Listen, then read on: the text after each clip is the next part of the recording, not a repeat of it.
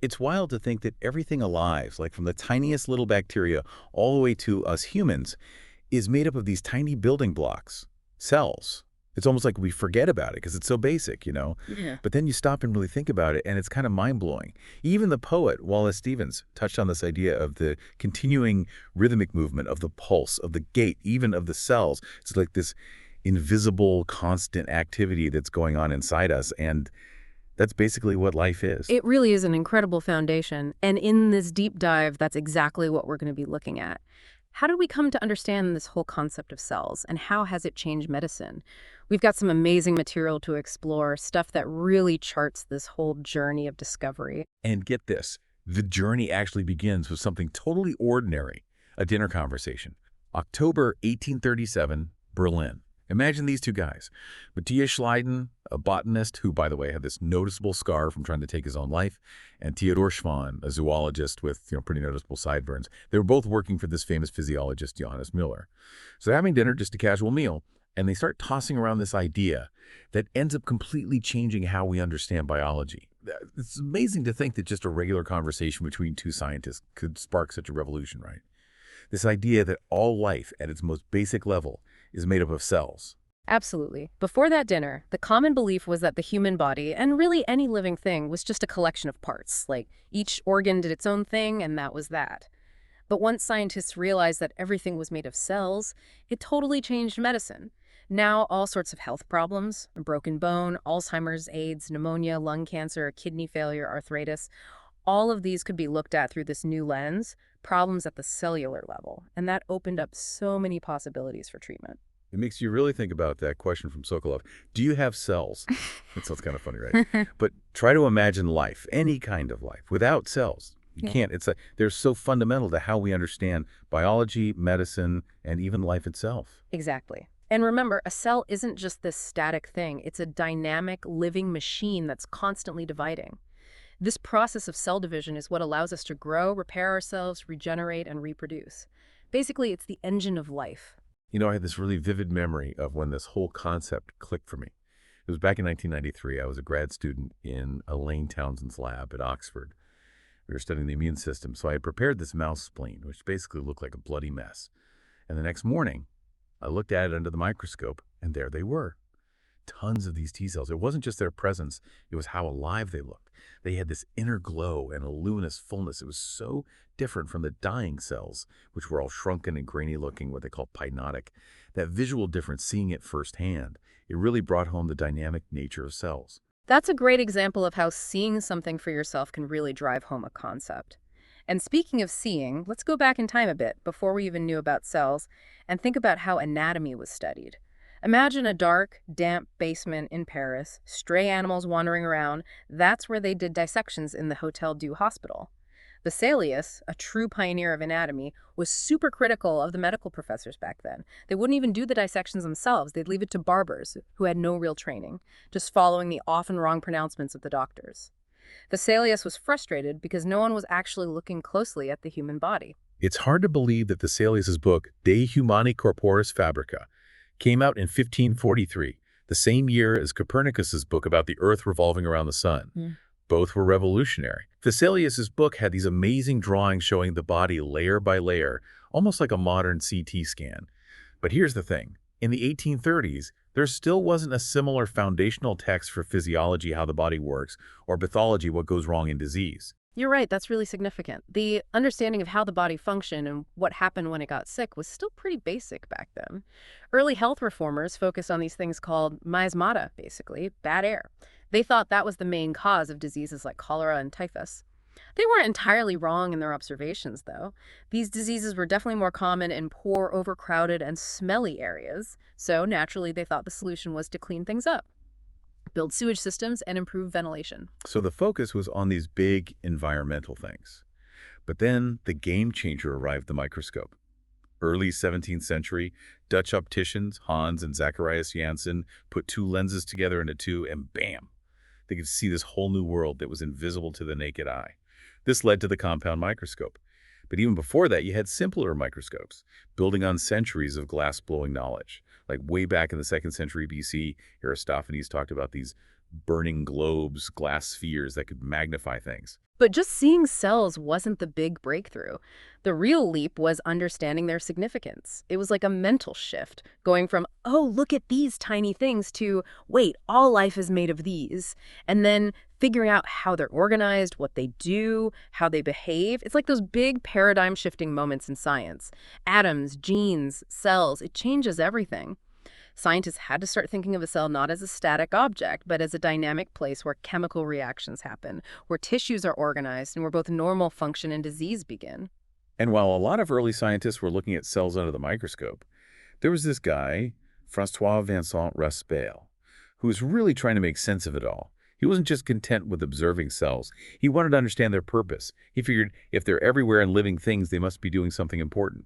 He was a fascinating guy, too. Taught himself botany, chemistry, microscopy, super rebellious, got himself thrown in jail for his political activism, where he actually campaigned for better hygiene for the prisoners. Raspail was definitely ahead of his time in focusing on the active role of cells, but it was Rudolf Virchow who really revolutionized our understanding with his cellular pathology. He basically said, forget this idea that diseases are just broken down tissues and organs.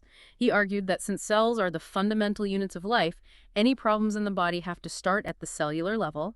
To really understand disease, doctors needed to zoom in from organs to cells. Virchow really saw life, physiology, even how an embryo develops, as all stemming from cellular activity. In a lecture back in 1845, he said, life is, in general, cell activity. And he went even further, calling the cell the locus of pathology, the place where disease starts. He wrote, every disease depends on an alteration of cellular units. Every pathological disturbance, every therapeutic effect finds its ultimate explanation only when it's possible to designate the specific living cellular elements involved. Our author actually has these two quotes pinned up in their office. They're like the core principles of how cell biology has impacted our understanding of everything. So true. And it's important to remember that even with this growing knowledge about cells and disease, scientists still didn't really know how diseases spread. Take Ignaz Semmelweis in the mid-1800s. He was this doctor who noticed that hand-washing could drastically reduce childbed fever, what they called the doctor's plague. He had the stats to back it up, too.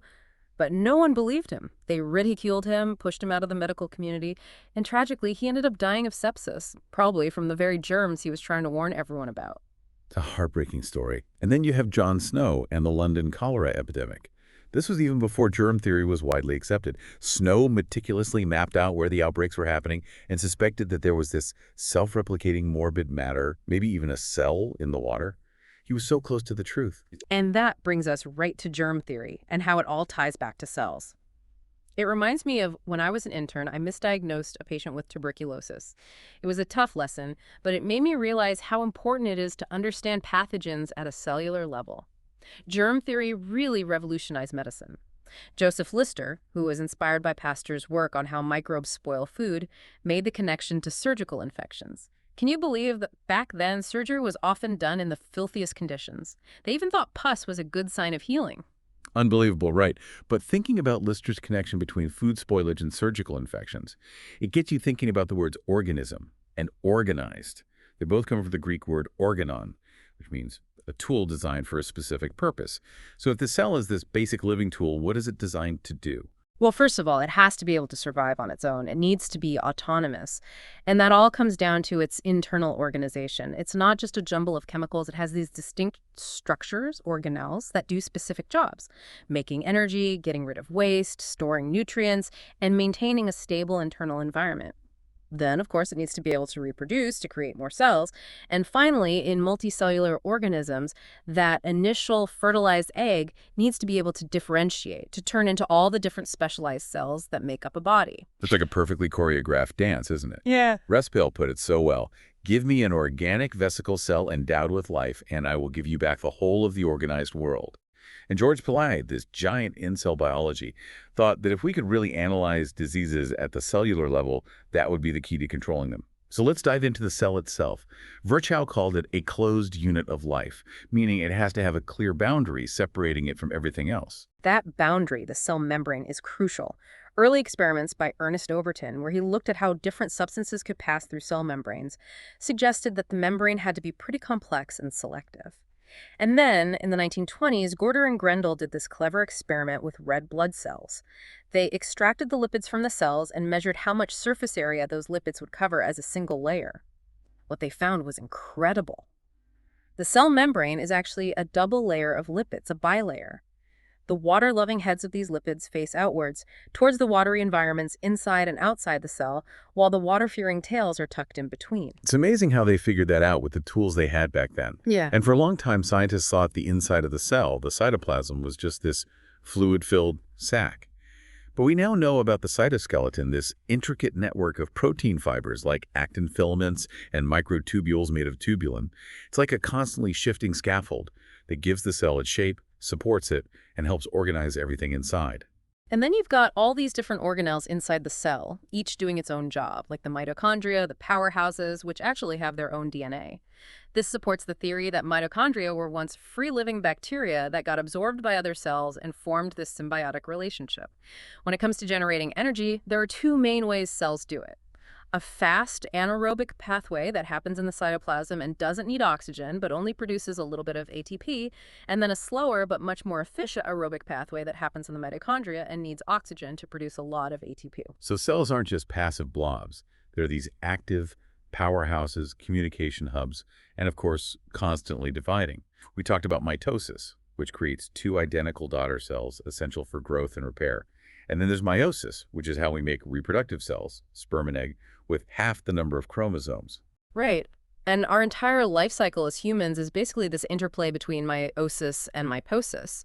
Our body cells have 46 chromosomes, while sperm and egg cells have 23. When they combine during fertilization, the full 46 chromosomes are restored in the zygote, the first cell of a new individual. And this cycle of having the chromosome number, meiosis, restoring it, fertilization, and then multiplying the cells, mitosis, repeats over and over throughout our lives. It's also precisely controlled. And a big breakthrough in understanding how this regulation works came in 1982 when Tim Hunt discovered cyclins. He was studying sea urchin eggs, and he noticed this protein that would appear and disappear at certain points in the cell cycle right before division. It was like a biological clock, signaling when the cell should move to the next stage. That was a huge discovery. And along with the work of Lee Hartwell on cell division cycle genes in yeast and Paul Nurse's identification of CDK proteins, it showed how these regulatory mechanisms are basically the same across different species. We now know that cyclins and CDKs work together to act like switches, controlling the progression through the cell cycle and making sure everything happens in the right order. And this understanding of the cell cycle has even impacted things like in vitro fertilization, or IVF. It's interesting to look back at the early attempts at IVF, like Landrum Shettle's experiment in 1973 with Doris and John Delzio, which, unfortunately, ended with the destruction of the fertilized eggs. It just shows how ethically complicated and technically challenging this field was. Definitely. It took the persistence of Robert Edwards and Patrick Steptoe, along with Jean Purdy's key contributions, to finally achieve the birth of the first IVF baby in 1978. But even their initial success in 1968 involved overcoming all these biological hurdles, from getting sperm to be able to fertilize an egg in a dish to figuring out the right environment for the fertilized egg to grow. It's kind of strange, isn't it? IVF is now a pretty common procedure, but it was initially driven more by practical advances in reproductive biology than by cell biology itself. Even Robert Edwards, who was interested in how chromosomes divide during egg maturation, didn't seem to connect his work on IVF to the cell cycle discoveries being made by Tim Hunt and Paul Nurse, who were his colleagues at Cambridge. It's a curious historical detail, but newer IVF techniques are using our knowledge of the cell cycle more directly. For example, scientists are looking at drugs that can target cyclins and CDKs to improve egg quality by basically pausing their development at the right time. And they're also developing less invasive ways to assess embryo viability based on how the cells are dividing. And talking about manipulating cells, we can't forget gene editing, especially the CRISPR-Cas9 system and the work of researchers like Doudna, Charpentier, Zhang, and Church. It's like we've suddenly gained the ability to rewrite the code of life itself. It's like having a giant library of DNA, and now we have the tools to go in and make precise edits to the books. And then there's He-Jian Kui, JK, and his extremely controversial experiment, where he used CRISPR to edit the CCR5 gene in human embryos to try to make them resistant to HIV. That really stirred up the ethical debate. To say the least. He edited 2 embryos, and in one of them, both copies of the gene were changed. But the edit wasn't even the same as the naturally occurring mutation that protects against HIV. And there were worries about unintended edits to other parts of the genome, what they call off-target edits. J.K. basically dismissed these concerns without much evidence. The way he presented his work was unconventional, and the informed consent process was seriously flawed. It turned out that very few people actually read the consent forms, and J.K. himself was the one getting the consent.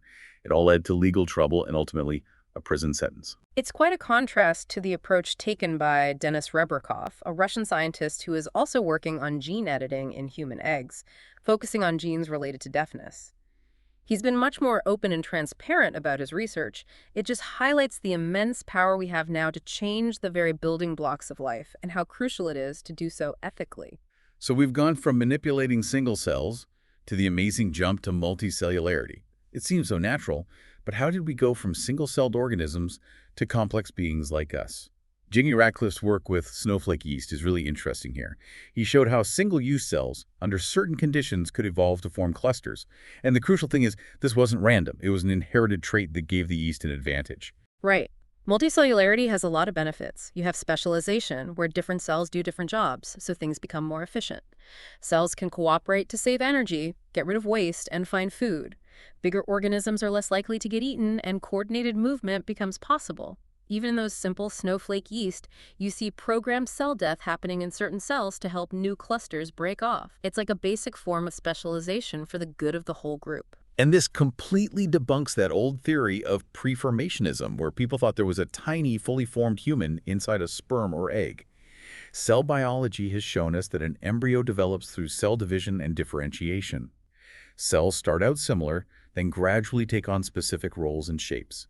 As Ignaz Dollinger said, life not so much is as becomes. And the early stages of embryonic development are incredible. You start with a single cell, the zygote, which divides and divides, forming a ball of cells. Then that ball develops into a blastocyst, which has this fluid-filled cavity and a cluster of cells called the inner cell mass. It's those cells that will become the fetus, while the outer layer of cells forms the placenta and umbilical cord. And then you have temporary structures like the notochord, which is this rod that provides support and helps shape the embryo. It's mind-blowing that everything, from the heart starting to beat around 3 weeks to the brain developing just a week later, all comes from that single fertilized egg. Lewis Thomas was in awe of this process, as we all should be. And then there's the idea of organizers in development. It's wild. In the classic Spearman-Mangold experiment, they took a piece of tissue from one frog embryo and transplanted it into another one. Guess what? It caused a second head and upper body to grow in the host embryo. It showed how some cells can act like directors, telling other cells what to become. It's all about this precise communication between cells. But what happens when things go wrong at the cellular level? That's when disease sets in. It can manifest in so many ways. Take the case of Greta. Doctors found unusual red blood cells in her blood with remnants of their nuclei. This tiny clue told them that there was a problem in her bone marrow where blood cells are made. And the more we understand how cells work, the better we get at treating diseases. Sometimes in surprising ways, too. Like aspirin. It's such a common painkiller, but it also prevents blood clots. We only figured out much later that it works by blocking the activation of platelets, which are these tiny cell fragments involved in clotting. Or drugs like Lipitor, which target those LDL cholesterol particles to stop them from clogging up arteries. They're really effective, but you often have to take them every day. That's why gene therapy is so exciting. Companies like Verve Therapeutics, founded by Siddhartha Sen, are trying to develop gene editing therapies that could permanently lower LDL cholesterol. And there's a personal story behind this. Kathirsen's brother died of a heart attack when he was young, which really motivated him to find a better way to prevent heart disease. It all comes back to understanding cells. Yeah. Even something like inflammation, which is basically when white blood cells gather in a certain area. Addison was one of the first to observe this, but no one knew what the white blood cells were doing there. Then Elie Metchnikoff comes along and observes these starfish larvae engulfing foreign particles. This led to our understanding of the innate immune system, which is our first line of cellular defense. It includes cells like neutrophils and macrophages that just gobble up anything that doesn't belong. And the innate immune system is just part of the story. There's also the adaptive immune system, which is even more sophisticated. Early on, people noticed that if you survived a disease, you were often protected from getting it again. That's how practices like variolation arose in China, where they'd intentionally infect people with a mild form of smallpox to give them immunity, but they didn't know how it worked. Then Paul Ehrlich proposed his side chain theory. He thought that cells had these unique surface proteins, side chains, that could bind to toxins. And when that happened, the cell would make and release more of these side chains, which we now call antibodies. This led to the idea of immunological memory, the body remembering a previous infection. And anything that triggers the production of antibodies is called an antigen. So now we know that B cells, which are a type of immune cell, when they encounter an antigen, they get activated and turn into plasma cells. These plasma cells are like antibody factories, pumping out tons of antibodies into the bloodstream. Antibodies are basically the soluble version of those B cell receptors. The cool thing is, over time, the antibodies actually get better at binding to the antigen, a process called affinity maturation. And some of these B cells become memory cells, so the next time the body encounters the same antigen, the response is much faster and stronger. Ehrlich had this vision of a magic bullet, an antibody that could specifically target and destroy things like cancer cells or microbes. That's basically what we're doing now with therapeutic antibodies. Absolutely. Cesar Milstein's development of monoclonal antibodies, ABs, was a key step.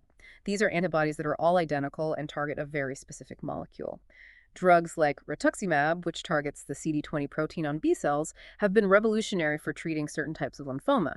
It's a much more precise and often less toxic way to treat cancer. So we've got B cells and their antibodies. But there's another important player in the adaptive immune system, T cells. For a long time, scientists didn't know what the thymus gland was for. Then in 1961, Jacques Miller figured out that it's where T cells mature. But a big challenge for the immune system is figuring out what's self, the body's own cells, and what's non-self invaders, like bacteria or viruses. Zinkernagel and Doherty did some really important work to solve this puzzle. They showed that killer T cells don't just recognize foreign invaders directly. They recognize infected cells by detecting a combination of altered self and something foreign. Imagine it like this. The foreign invader is a picture, and it's presented inside a specific frame, which is the MHC class I molecule. Both the picture and the frame have to be recognized by the T cell for it to attack. But T cells can't look inside every single cell, so how do they know when a cell is infected with something like a virus? Elaine Townsend's research shed light on this. He found that a lot of viral proteins aren't displayed on the surface of infected cells where T cells could easily see them. Yet the immune system still manages to find and kill these infected cells. How? The answer lies in the way MHC class I molecules work. Pam Bjorkman's work showed that these molecules have a special groove that can hold small pieces of proteins from inside the cell and display them on the surface. Think of it as the infected cell showing a little snippet of the invader to the T cells. There are also MHC class II molecules, which present pieces of proteins that the cell has taken in from the outside. So basically, MHC class I molecules are like, look what's inside me, and MHC class II molecules are like, look what I found out here, and they're recognized by different types of T cells. CD8 killer T cells for MHC class I and CD4 helper T cells for MHC class II. It's an incredibly complex and elegant system. I remember this patient I had who was losing weight and had these strange skin lesions. It took a while to figure out, but he ended up having a Bartonella infection related to AIDS. It was a real reminder of how tricky diagnosis can be and how everything in the body is interconnected. And then there's the incredible story of Timothy Ray Brown, the Berlin patient. He was cured of HIV after a bone marrow transplant from a donor who had a mutation in the CCR5 gene. HIV uses that protein to get into cells. It shows the potential of cell-based therapies to actually change a person's susceptibility to disease. So these cellular interactions are what defines self on a biological level. Philosophers have been debating the meaning of self for ages, going all the way back to Aristotle. Yeah. But in immunology, self is all about those histocompatibility H genes that George Snell discovered.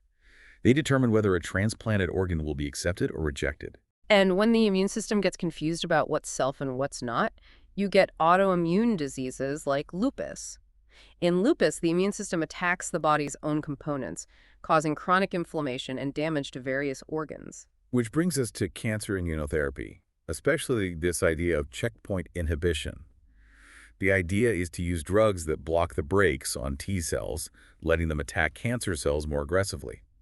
It's been incredibly successful for some cancers, like melanoma and bladder cancer. But we have to be careful. When you unleash the immune system like that, there's a risk of it attacking healthy tissues too. It's what they call horror autotoxicus, like in the case of your friend Sam P., who had melanoma. The immunotherapy worked great for his cancer, but his liver got attacked in the process. And a big question is, how do cancer cells manage to hide from the immune system in the first place? The tumor microenvironment, which is all the stuff surrounding a tumor, seems to play a big role in suppressing the immune response. Interestingly, some tumors develop structures that look like miniature lymph nodes, and these seem to be associated with better responses to immunotherapy. Maybe these mini immune hubs within the tumor help boost the immune response. And of course, we can't forget the recent COVID-19 pandemic. The fact that we were able to develop vaccines so quickly, including those new mRNA vaccines, was a testament to all the research that's been done in immunology and cell biology. It was a global wake-up call for sure, but it also showed what's possible when we apply scientific knowledge, especially about cells and the immune system. It was scary, but also hopeful. It showed that we can come together and use science to fight a new threat. Let's shift gears now and think about how cells specialize to form tissues and organs, and how they all work together to maintain homeostasis, that balance that's essential for life. Cells in different organs have different jobs and structures, like a roundworm breathes through its skin, but we need lungs. And hormones like insulin have to travel long distances in our bodies to regulate blood sugar. Our author talks about experiencing this writer's languish during the pandemic, this feeling of being stuck. Maybe it's like how our bodies struggle to maintain homeostasis when we're sick. Yeah. I had this experience recently where I was gifted tickets to go back to Delhi, a place that's really special to me. And when I got there, it felt like this profound sense of rightness, like a different kind of homeostasis, not just physical, but emotional. The heart is a great example of how cells cooperate. You've got the pacemaker cells that generate the electrical signal, the nerves that spread that signal throughout the heart muscle, and the muscle cells themselves that contract and sync. They're all connected by special junctions that allow the signal to travel quickly and efficiently, creating that heartbeat. And then there's the brain. So unbelievably complex, all those different neurons and glial cells. Neurons are the main players in processing information with their unique structure. Ramon Cajal figured out that information flows in one direction in neurons. Signals come in through the dendrites, get processed in the cell body, and then go out through the axon to other neurons. And Otto Loewy's famous frog heart experiment, the one he dreamed about, proved that neurons communicate through chemicals, neurotransmitters. More recently, Barbara and Ben Barrs showed how important glial cells are. They're not just support cells.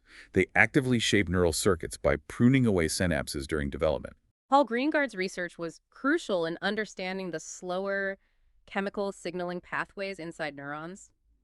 This is important for understanding things like depression. It might not just be about faulty wiring in the brain, but also about problems with these slower signaling pathways, which are influenced by neurotransmitters like serotonin. That's why SSRIs, those antidepressants, can work for some people, but they don't work for everyone, which highlights the need for new drugs that target those slower pathways, like the ones Greengard was working on. And then you have Helen Mayberg and her work with deep brain stimulation for severe depression. She targets this area of the brain called BA25, and it's had amazing results for some patients who haven't responded to anything else. It makes you wonder why our brains aren't just purely electrical. The integration with our body's overall physiology and the ability of chemical synapses to fine-tune the signals seems crucial for the brain's complexity and flexibility. Now let's talk about the pancreas. It's kind of a mysterious organ tucked away in there, but it's essential for digestion and hormone production. It's got a long and sometimes controversial history with people like Herophilus, Aristotle, Galen, and Wirsung all trying to figure out what it did. Claude Bernard nailed it in 1848. He showed how crucial the pancreas is for digestion, which led to the discovery of pancreatic lipase, the enzyme that breaks down fat. And then there's the amazing story of Banting and Best, who accidentally discovered insulin while working with dogs in pancreatic extracts. It was initially called iletin, and James Collip managed to purify it. This completely changed the game for people with diabetes. So we've got all these specialized cells in our organs working together to keep us in balance. There's like those four guardians of homeostasis, the nervous, immune, endocrine, and metabolic systems, constantly adjusting to maintain that stability. Just like an osprey adjusting its wings to stay steady in the wind. Now let's talk about regeneration and repair. Stem cells are the key players here. They're like these amazing ancestor cells that can both create more specialized cells to replenish tissues and make copies of themselves to ensure a continuous supply. They often hang out dormant until they're needed for repair.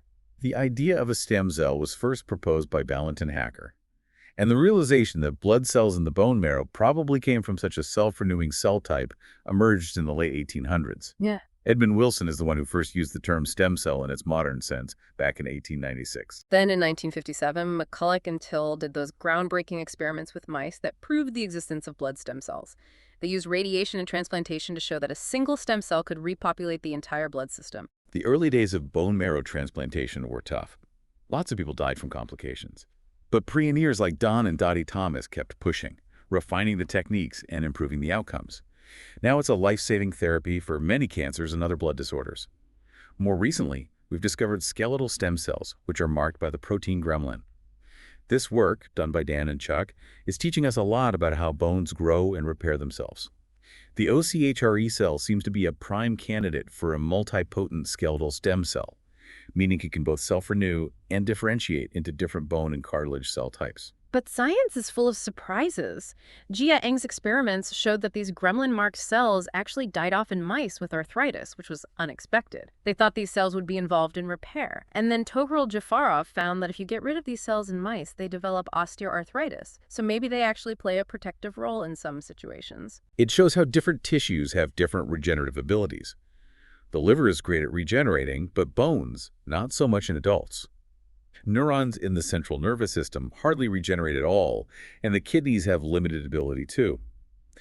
In general, tissue repair involves signals that tell cells to divide and replace damaged cells, and then other signals that tell them to stop dividing once the repair is done. It's like having an accelerator and a brake pedal for cell growth. And this tightly controlled cell division is also crucial for embryonic development and keeping our blood cell counts stable. It's completely different from cancer, where cell division goes haywire. We talked about Sam P. and his melanoma. It just shows how unpredictable cancer can be. Some tumors respond really well to immunotherapy, while others don't. And the treatments themselves can actually drive the evolution of drug-resistant cancer cells. When I talked to Sam P. about his prognosis, I had to be honest with him. There's just so much we don't know about cancer. And then there's this whole concept of cancer stem cells, which are these tumor cells that act like stem cells and are thought to be responsible for tumor growth and spread. Sean Morrison has done a lot of work on this. There's still debate about how these cancer stem cells are organized in different tumors. Yeah, but the key difference between normal stem cells and cancer cells is pretty clear. Normal stem cells are all about balance, self-renewal, and differentiation. Cancer cells are just stuck on go. They keep dividing uncontrollably because of all the mutations they've accumulated. Michael Yaffe, a cancer researcher, has this interesting point about how we might be getting too focused on easy-to-get data, like sequencing the entire genome of a tumor. He thinks the really important information might be hiding in other aspects of cell biology and the tumor microenvironment, places that are harder to study. So looking ahead, what does the future hold for cell-based therapies? Researchers like Karp and Milton are making progress on an artificial pancreas using stem cell-derived beta cells, the ones that produce insulin. And companies like Vertex and ViaCyte are already testing these cells in people with type 1 diabetes with some promising early results. There are also projects to create bioartificial livers, like the one at the Mayo Clinic, and even bioartificial hearts. But as we get better at manipulating cells and even building new organs, we have to think about the ethical side of things. Michael Sandel, the philosopher, warns against this relentless pursuit of perfection. He thinks we might lose something essential about being human if we try to eliminate all randomness and natural variation. This brings to mind the story of William K., who has sickle cell anemia. It's a disease we understand really well at the cellular and molecular level. It's caused by a